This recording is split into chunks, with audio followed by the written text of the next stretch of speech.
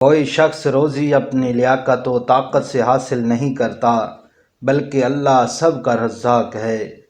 بڑے بڑے متکبروں اور شرکسوں کو بھی خدا کے سامنے جھکے بغیر چارہ نہیں۔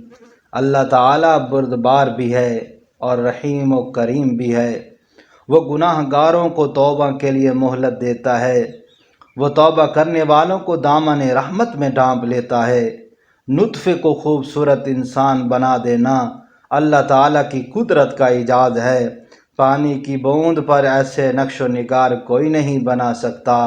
اور جب تو خدا سے مغفرت و عطا کا طالب ہے تو جن لوگوں کی امیدیں تیری ذات سے وابستہ ہیں تو انہیں بھی محروم و مایوس نہ کر۔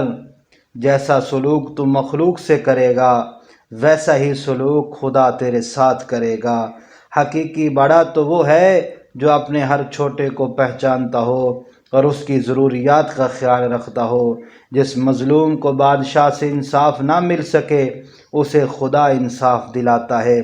آخرت میں نیکیوں کے مطابق مرتبے ملتے ہیں، اس لیے نیکی کرو۔ جو شخص کوشش و عمل میں کوتاہی کرتا ہے پیچھے رہنا اس کا مقدر ہے۔ مصیبت میں حوصلہ نہیں ہارنا چاہیے، ہمت سے اس کا مقابلہ کرنا چاہیے۔ ہمت طاقت سے زیادہ کام کرتی ہے۔ احساس کیا ہے؟ دوسروں کی تکلیف کو اپنی تکلیف سمجھنا۔ منصف اور عادل کو اللہ اپنے عرش کے نیچے سایہ دے گا۔